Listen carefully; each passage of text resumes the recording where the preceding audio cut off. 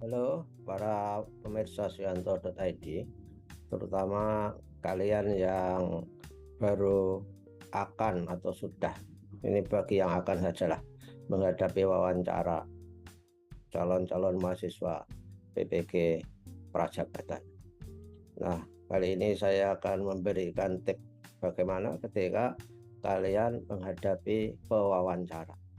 Tapi jangan lupa klik subscribe supaya channel ini selalu mendatangi kalian ketika ada tema-tema baru, dan juga supaya channel ini bisa berada di tempat yang strategis dari sistem YouTube sehingga bisa diakses oleh banyak orang. Nah, mengapa saya akan membagi tips untuk menghadapi wawancara? Karena kalian kan tidak sering berhadapan dengan pewawancara.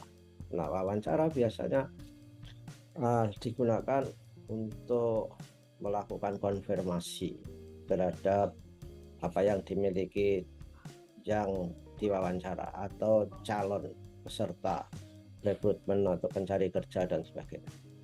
Biasanya wawancara yang mewawancarai disebut interviewer, bisa juga asesor untuk di PPG Prajabatan ini. Bisa kemudian yang diwawancara apa? Yang diwawancara biasa disebut dengan interviewee. Jadi saudara, kalau saudara menghadapi wawancara ini, apa yang dilakukan? Nah, pertama-tama harus kita lihat bagaimana wawancara itu diadakan di PPG Prajabatan. Setelah kalian lulus tes literasi numerasi, wawancaranya kan diadakan secara daring dengan moda daring. Oleh karena itu, langkah pertama yang harus kalian pastikan adalah bahwa kalian harus memiliki jaringan internet yang bisa dipercaya. Jangan sampai internet putus ketika wawancara itu sedang berlangsung. Usahakan. Caranya gimana kalau kalian ada di daerah yang remote, daerah yang agak jauh? Ya, datanglah ke tempat yang memang sinyalnya baik, ataupun kalian perlu paket data tertentu secara tersendiri. Kalaupun kalian harus sharing wifi di rumah, maka ketika saudara wawancara, katakan kepada yang lain seisi rumah supaya tidak menghidupkan gadgetnya dengan menggunakan wifi, supaya wifi-nya tidak di-sharing, sehingga wifi rumah itu ketika kalian wawancara adalah hanya untuk kalian sendiri, sehingga proses downloading, uploading tidak terjadi yang dilakukan oleh isi rumah yang lain dengan device, dengan gadget yang lain. Nah, itu ya. Nah, yang kedua, tampilan Anda uh, di Zoom ataupun apapun medianya yang akan digunakan oleh interviewer harus baik. Oleh karenanya lightingnya harus dijaga, jangan sampai backlight. Backlight itu bagaimana? Backlight itu ketika uh, sinarnya itu datang dari depan kamera. Jadi sinarnya harus datang dari belakang kamera. Jadi yang paling gampang, karena itu siang hari, kalau Anda menggunakan sinar alami dari matahari di luar rumah kalian melalui jendela, maka kalian uh, tidak boleh membelakangi jendela. Kalian harus menghadap ke jendela sehingga sinar itu datang dari belakang kamera kalian. Itu yang perlu diperhatikan. Kemudian tampilan. Bagaimana tampilan Anda ketika wawancara? Harus sopan, harus necis, rapi. Jangan menggunakan pakaian seperti saya, misalnya polo shirt, seperti itu jangan. Pakailah baju yang berkerah formal.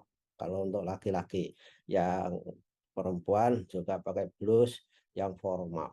Jangan pakai you can see misalkan saja.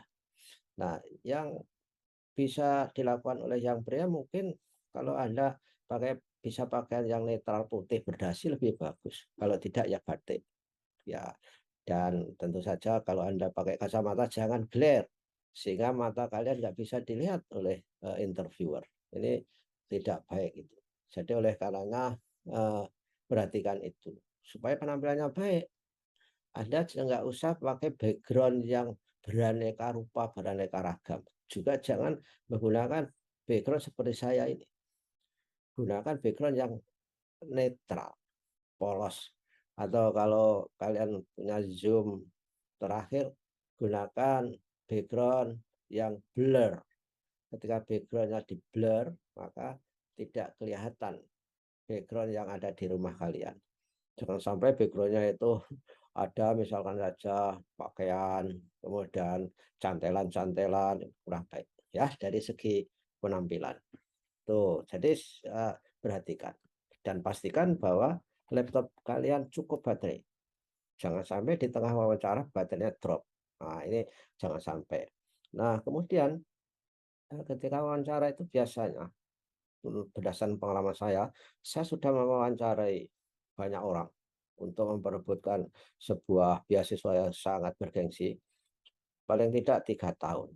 Dan saya dilatih juga untuk mewawancara. Pada prinsipnya, wawancara untuk PBG Prajabatan itu untuk melihat apa yang terjadi mengenai diri kalian dan dikonfirmasi dengan apa yang saudara tulis di dalam IC yang sudah saudara kirimkan itu. Pertama itu. Dan wawancara itu sebenarnya interviewernya ingin melihat apa yang kalian katakan dan apa yang kalian tidak katakan. Wawancara itu diberi ilmu bagaimana menyimpulkan dari kata-kata itu dan melihat bahasa tubuh kalian untuk ditarik kesimpulan siapa saudara itu. Prinsipnya seperti itu. Tapi rata-rata sebelum wawancara biasanya wawancara itu menginginkan Anda mengenalkan diri. Ketika Anda mengenalkan diri, tampil sebagai orang yang elegan. Jangan tidak percaya diri. Harus mempunyai strong self concept, konsep diri yang kuat. Jangan minder. Oleh karenanya berdirinya harus tegak, kemudian sopan dalam arti tidak membuat gerakan-gerakan seperti orang yang sedang membuat rekaman TikTok misalnya saja, ataupun reel yang ada di Facebook kalian itu. Duduk yang baik, tegak di depan kamera, kemudian perkenalan diri. Ketika memperkenalkan, kesankan bahwa Anda orang hebat, punya kompetensi, punya pengetahuan mengenai guru, punya motivasi untuk mengajar. Tampilkan kesan itu. Tentu saja Anda bisa mengatakan, misalkan interviewer melihat, coba kenalkan diri Anda. Oh, terima kasih Bapak, terima kasih Ibu. Perkenalkan, nama saya Joni. Saya adalah lulusan S1 dari Universitas bla bla bla bla. Saya dari jurusan matematika atau saya dari guru kelas, dan tentu saja saya di sini siap untuk diwawancara karena saya memiliki persyaratan untuk bisa masuk ke program PBG Prajabatan karena saya sudah mendapatkan gelar S1 sehingga kami siap untuk diwawancara Bapak. Nah, kurang lebih seperti itu ya, memperkenalkan diri. Kalau perlu di mana tempat lahir, kemudian ya boleh Anda membuat ice breaking.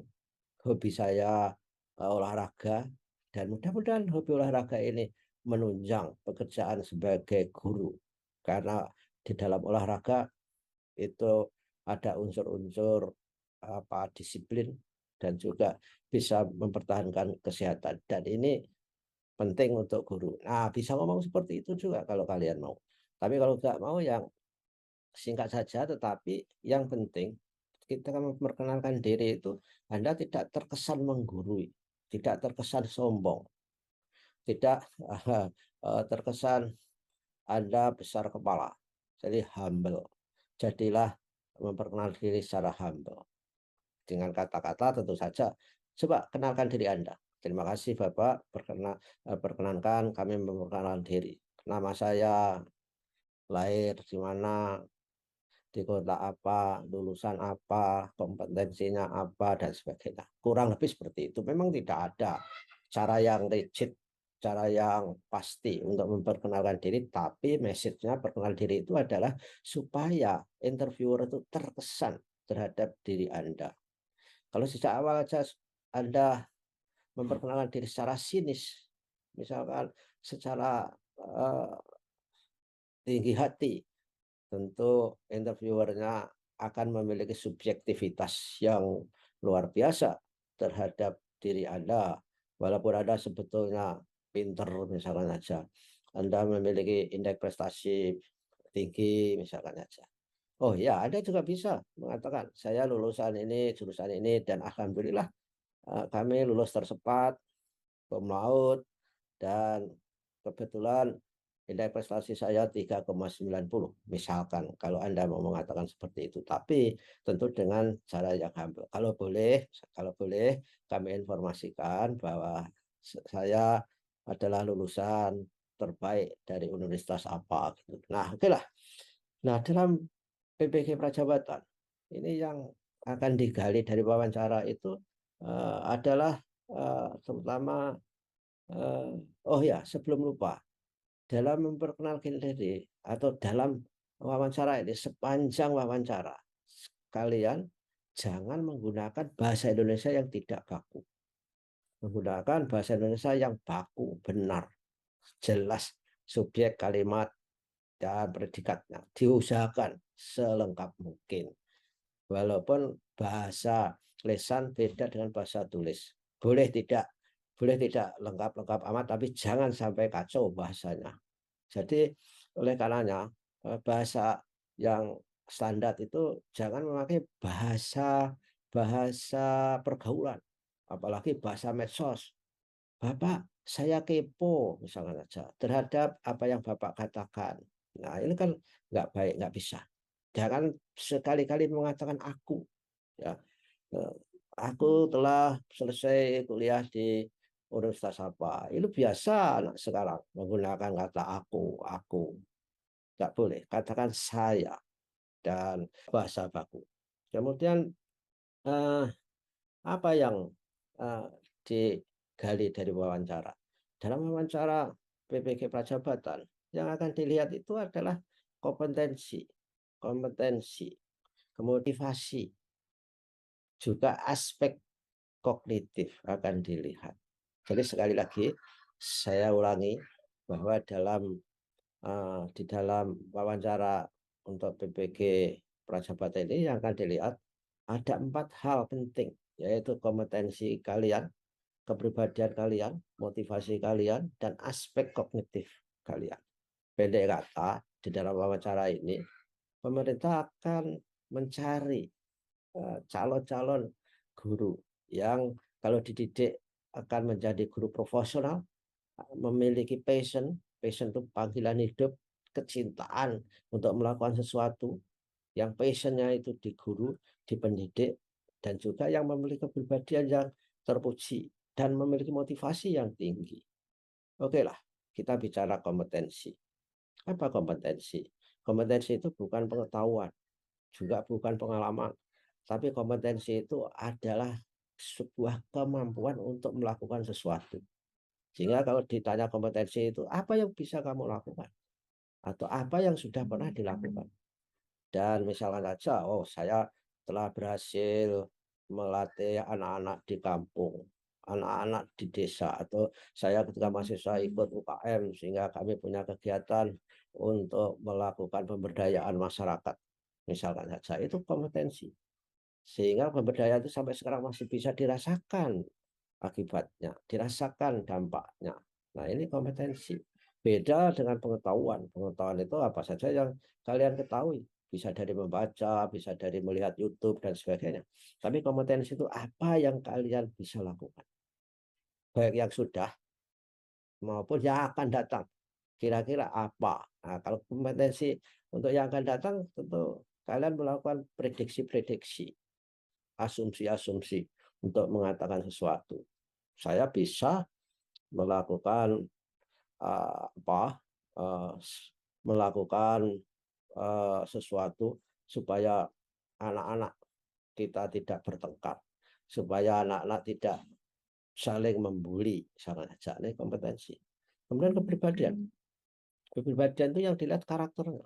Apakah kalian itu pemarah, pendendam, suka tidak adil, kemudian suka pilih kasih, dan misalnya saja mempunyai tabiat buruk, apalagi merokok di kelas, itu jelas nggak boleh. Itu tidak merupakan kepribadian yang terpuji. Suka terlambat, jujur, dan disiplin, ini kepribadian. Tentu saja interviewer nggak akan bertanya, apakah kamu orang yang disiplin? Oh, tidak akan begitu. Sama ketika ditanya, coba kenalkan kamu, siapa kamu itu sebenarnya. Misalnya kalau kalian mengatakan, oh saya adalah orangnya disiplin, rajin bekerja, tidak pernah terlambat, itu sangat-sangat sangat-sangat normatif, klise, tidak bisa. Tapi kalau secara memperkenalkan diri kalian adalah secara terukur, itu lebih baik. Ada penjelasannya. Oh, saya suka bekerja keras, sehingga saya menghasilkan program yang itu bisa ditiru, bisa diikuti oleh para mahasiswa baru ketika saya masih mahasiswa. Saya bisa menciptakan yang disebut dengan misalkan saja tentir, melatih siswa untuk mempersiapkan dirinya UN. Nah, itu adalah merupakan kompetensi yang terukur. Nah, kepribadian ini tentu saja jujur. Tentu saja kalian tidak akan ditanya, pernahkah mencuri? Bukan begitu. Tapi suatu ketika interviewer itu mengatakan, pernahkah Anda melanggar suatu aturan? Tentu saja kalau kalian mau, oh, tidak pernah di dalam hidup, itu terlalu too good to be true. Tidak mungkin. Katakan pernah. Tapi yang penting kalian adalah menyesal, menunjukkan penyesalan. Saya pernah melanggar lampu lalu lintas. Saya pernah uh, apa uh, ribut ketika di kelas. Nah, ini menunjukkan kepribadian yang jujur. Penting itu untuk dikatakan. Lalu motivasi. Kita lihat motivasi saudara sebagai guru itu hebat tidak? Tentu saja pertanyaannya mungkin mengapa kamu tertarik untuk menjadi calon mahasiswa PPG Prajabatan. Nah, itu tentu kalian harus menjawab berdasarkan akal sehat, tidak bisa berbunga-bunga. Ya, supaya kita bisa membangun negara Republik Indonesia. Wah, terlalu melambung. Saya ingin masuk PPG Prajabatan supaya saya memiliki kompetensi yang lebih baik, memiliki sertifikat sebagai profesional di dalam pendidikan. Itu lebih terukur. Karena ketika saya memiliki itu, saya insya Allah akan mengajar dengan baik, akan memberdayakan siswa dengan baik, tidak mengajar dengan penuh marah, misalkan saja. Motivasi salah satu. Yang penting motivasi itu apa saja yang mendorong Anda untuk melakukan sesuatu. Ya, biasanya kan dipakai internal dan eksternal. Tapi yang lebih penting adalah motivasi internal kalian. Mungkin motivasinya menjadi PPG Prajabatan karena disuruh orang tua, karena dipaksa oleh siapa, kita nggak tahu. Ini adalah motivasi. Nah, ini harus kalian katakan. Yang penting tidak membual, tidak berbohong, harus terukur. Ada buktinya. Jadi dilihat, misalnya rumah kamu mana? Jauh misalnya kan, di pelosok sana. Kenapa Anda bela-bela sampai mendaftarkan PPG Prajabatan yang jauh dari rumah? Nah, kalau Anda bisa memberikan alasan, itu menunjukkan kalian punya motivasi yang tinggi. Kenapa Anda ikut juga program ini? Padahal ini berbiaya untuk biaya hidup, biaya transport. Nah, kalau saudara mengatakan, ini penting, Bapak, karena ini sebuah investasi. Walaupun saya berbiaya tinggi, harus kos, harus menyediakan alat transportasi atau paling tidak membayar transportasi dari rumah ke kos, saya sengaja untuk melakukan itu dan mengurangi konsumsi untuk melakukan investasi di masa depan supaya saya bisa mengantongi sertifikat pendidik. Nah, ini menunjukkan motivasi yang tinggi, ya. Dan masih banyak lagi. Tunjukkan bahwa dalam motivasi itu yang penting Anda dengan sukarela, dengan semangat menghadapi tantangan, rintangan dengan effort, dengan upaya-upaya yang gigih untuk mendapatkan apa yang kalian cita-citakan. Nah, yang terakhir yang akan ditanya adalah aspek kognitif. Kognitif itu pengetahuan. Pengetahuan itu tentu saja didapatkan dari pendidikan bisa, dari membaca bisa, dari melihat media sosial bisa. Tentu karena yang akan ditanya, yang akan diwawancarai adalah soal PBG Prajabatan. Tentu ini aspek kognitifnya adalah terkait dengan guru. Ya, jadi sekali lagi aspek kognitif ini adalah karena yang ditanyakan adalah soal PBG Prajabatan, maka kalian harus menunjukkan bahwa kalian adalah orang yang memiliki pengetahuan yang baik di dalam persoalan keguruan, kependidikan, tentang guru, tentang siswa, itu semuanya adalah aspek kognitif. Saya yakin saudara di S1 sudah belajar itu. Misalnya bagaimana cara mengatasi siswa yang malas. Artinya kalian harus bisa memotivasi mereka. Bagaimana cara mengatasi siswa yang suka berkelahi. Ini adalah pengetahuan. Tentu saja karena pengetahuan bisa saudara jawab berbasis teori. Ya, jadi misalkan saja anak yang suka terlambat mengapakan? Ya tentu kita habituasi Bapak misalnya saja. Habituasi itu adalah pembiasaan, dilatih setiap hari, diawasi, kemudian ditegur supaya tetap bisa datang tidak terlambat. Lama-lama akan menjadi kebiasaan. Nah, itu jawab aspek kognitif. Nah, bagaimana misalkan saja cara menerangkan rumus ABC. Nah, kalian punya strategi, cara mudah bagaimana menerangkan. Itu coba aspek kognitif yang mungkin bisa kalian jawab. Pendek kata, aspek kognitif itu bersumber pada pengetahuan kalian. Dari membaca, dari kuliah kemarin, dari misalkan saja pengalaman yang akhirnya menjadi pengetahuan kalian, itu semuanya akan membantu untuk menjawab aspek kognitif. Pengetahuan tentang guru, tentang pendidikan, tentang pembelajaran, tentang mungkin kurikulum juga bisa kalau ditanya. Tentu saja kalian harus siap melakukan jawaban-jawaban yang itu mencerminkan bahwa kalian memiliki pengetahuan yang baik. Kuncinya seperti itu. Insya Allah kalian semua bisa. Karena kalian sudah lolos literasi dan numerasi. Jangan minder, jangan takut untuk menghadapi wawancara. Percaya diri. Tapi sebelum menjawab pertanyaan, biasakan ambil nafas sebentar. Ini adalah cara untuk menghilangkan kecemasan. Sebelum memperkenalkan diri, ambil nafas sebentar. Tapi jangan ambil nafasnya kayak olahraga saja. Misalkan aja sangat kentara di depan interviewer. Misalkan, oh enggak boleh. Ya, pelan-pelan saja. Nah, begitu saja misalkan. Ya, itu cara untuk menghilangkan kecemasan kan dengan bernapas, peredaran darah menjadi semakin baik, O2-nya semakin dibawa ke otak secara cukup sehingga kalian bisa berpikir secara jernih. Nah, begitulah ya, saudara-saudara yang akan menghadapi wawancara di program PBG Prajabatan. Saya berdoa kalian semua lolos, lulus, dan akhirnya menjadi guru yang profesional. Terima kasih. Jangan lupa klik subscribe supaya channel ini selalu bisa datang di gadget kalian ketika ada informasi baru untuk kalian. Wassalamualaikum warahmatullahi wabarakatuh.